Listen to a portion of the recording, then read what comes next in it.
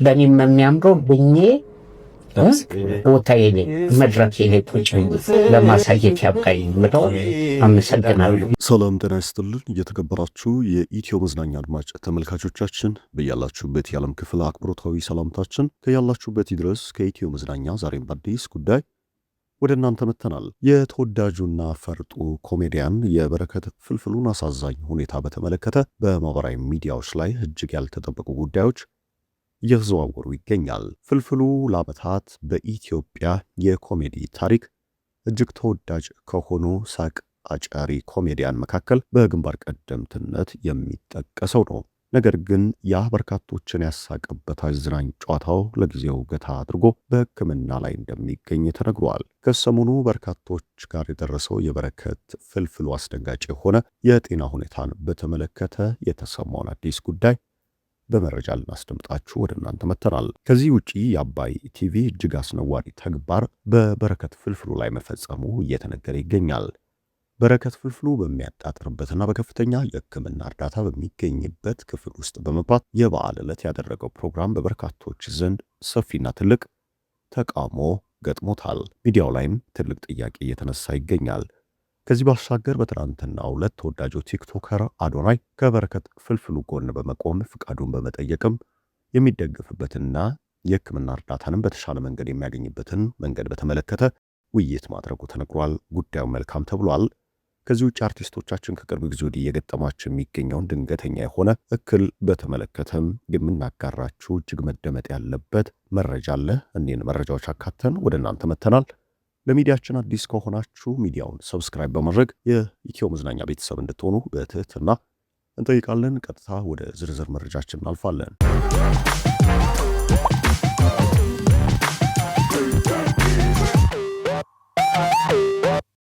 ፍልፍሉ ለ20 ዓመታት ገደማ በኢትዮጵያ የኮሜዲ ታሪክ እጅግ ተወዳጅ ከሆኑ ኮሜዲያኖች መካከል አንዱ ነው። በርካታ ቁጥር ያላቸው ኮሜዲያኖች የሌላት ኢትዮጵያ ጥቂት የሚባሉ በኮሜዲው ዘርፍ ላይ የተሰማሩና ሙሉ ጊዜያቸውን ዕድሜያቸውንም ለዚሁ ለኮሜዲው ዘርፍ በመስጠት ዋጋ የከፈሉና የኮሜዲው ዘርፍም እንዲያድግ ትልቅ አስተዋጽኦ ካደረጉ ጥቂት ባለሙያዎች መካከል አንዱ ነው በረከት ፍልፍሉ። ፍልፍሉ በሚለው የቅጽል ስሙ ይበልጥ የሚታወቀው ተወዳጁ ዘው በበርካታ አጫጭር ፊልሞች ከዚህ ባሻገር ደግሞ በመድረክ ስራዎችና በየበዓላት በተለያዩ ዝግጅቶችም ላይ በቴሌቪዥን ጣቢያዎች ላይ በሚያስተላልፋቸው የኮሜዲ ስራዎቹ እጅግ ተወዳጅነትን አትርፏል።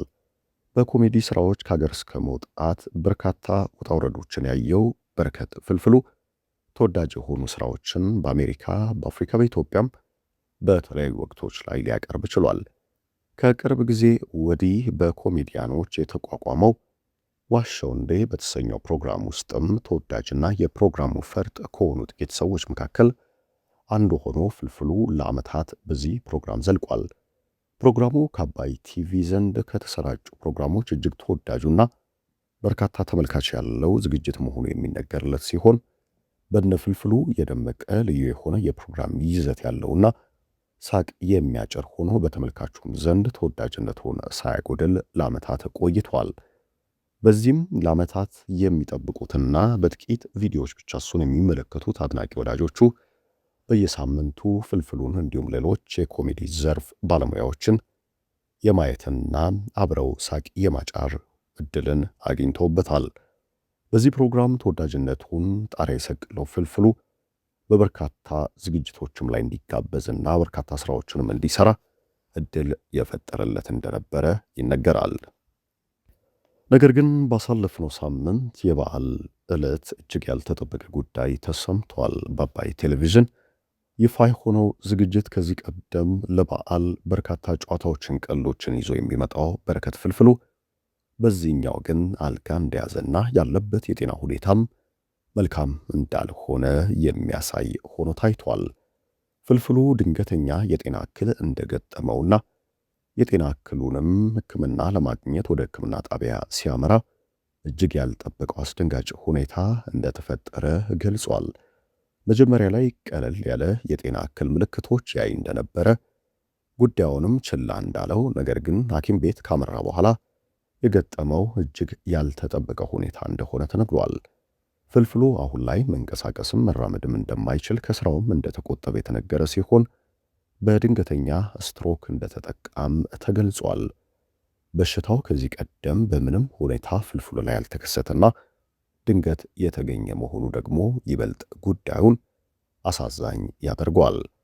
በረከት ፍልፍሉ አሁን ላይ ያለበት የጤና እክል እጅግ አስኪ መሆኑ የተነገረ ሲሆን የተሻለና አፋጣኝ የጤና እርዳታ ማግኘት እንዳለበትም በስፋት እየተገለጸ ይገኛል።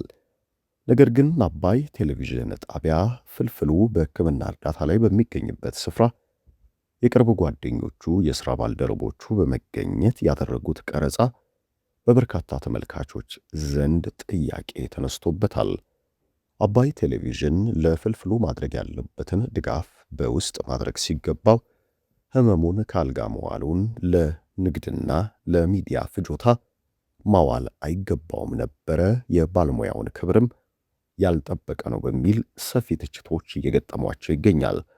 ከዚህ ባሻገር ይህ እንዲሆን እድል ያመቻቹ የቅርብ ወዳጆቹና ጓደኞቹም በዚህ ጉዳይ ትልቅ ጥያቄ እየተነሳባቸው ይገኛል። ፍልፍሉ በከፍተኛ የጤና እክል በሚገኝበት በሚሰቃይበትና የሕክምና እርዳታ በሚደረግበት አልጋው ላይ ሆኖ የሚያሳየው ይህ የባህል ዝግጅት ጥያቄ የተነሳበትና የጣቢያውንም ስም እያጠለሸ የሚገኝ መሆኑ ተነግሯል። በርካቶችም አባይ ቴሌቪዥን ለፍልፍሉ የሚገባውን ሊያደርግለት ይገባል የሚል ዋሻው እንዴ ዝግጅትም ላይ ያሳየውን ትልቅ ችሎታና ጣቢያው በሕዝብ ዘንድ ተወዳጅ እንዲሆን የከፈለውን ውለታ በማሰብም ዳግም ወደ ፕሮግራሙ እንዲመለስ የጤና ወጪውን ሊሸፍን ይገባል የሚሉ ጥያቄዎችም በስፋት እየተነሱ ይገኛል። ከዚህ ባሻገር አዶናይ ተደጋጋሚ የሆኑ ጥያቄዎች በፍልፍሉ ዙሪያ ይነሱለት እንደነበረ፣ ነገር ግን የአባይ ቴሌቪዥንን ዝግጅት እስኪያይ ድረስ ምንም አይነት ቀረጻዎችን ለማድረግና ስለ ፍልፍሉ ጉዳይ ወደ ሚዲያ ለማምጣት እንዳልደፈረ በመግለጽ በትላንትናው ዕለት ድጋፍ የሚያገኝበትን መንገድ መፍጠር መጀመሩም ተነግሯል። ኢትዮጵያዎች ተባብረውና ተጋግዘው ይህንን ለዓመታት ፈርጥ የነበረ ለበርካቶች የሳቅ ምንጭ የሆነ ሰው ዳግም በሁለት እግሩ እንዲቆም ሊረዱት ይገባል የሚል ጥሪም በአዶናይ በኩል ተነስቷል። በአዶናይ ቪዲዮ ላይ ፍልፍሉ እጅግ ልብ ሰባሪ የሆነ መልእክትንም አስተላልፏል። የቤተሰቡ የልጆቹ አስተዳዳሪ እሱ እንደሆነ እሱ ካልጋ ከዋለበት ዕለት ጀምሮ ልጆቹ ምንም አይነት ድጋፍ ማግኘት እንዳልቻሉና ይበልጥ እያሳሰበው የሚገኘው ጉዳይ ይህ እንደሆነ፣ ነገር ግን ሕዝብ ለ20 ዓመታት ገደማ የሚያውቀው በሳቅ በፈገግታና በጨዋታ መሆኑ ይህን ጥያቄ ይዞ ወደ ሚዲያ መምጣትም እንዲከብደው እንዳደረገና በከፍተኛ የሕይወት ፈተና ላይ እንደሚገኝ ከህመሙ በባሰም ይህ ጉዳይ እጅግ እየፈተነውና ህመም እንደሆነበትም በረከት ፍልፍሉ አስረድቷል። አርቲስቶቻችን ከቅርብ ጊዜ ወዲህ እጅግ ያልተጠበቁ እክሎችና ያልተጠበቁ የሕይወት አጋጣሚዎች በስፋት እየፈተኗቸው ይገኛል። ለዚህ መልሱ ወደ አምላክ መመለስና ከአምላክ ጋር ጥሩ ሕይወትን መኖር እንደሆነ በርካታ በዚህ ሕይወት ያለፉ አርቲስቶችም ይገልጻሉ።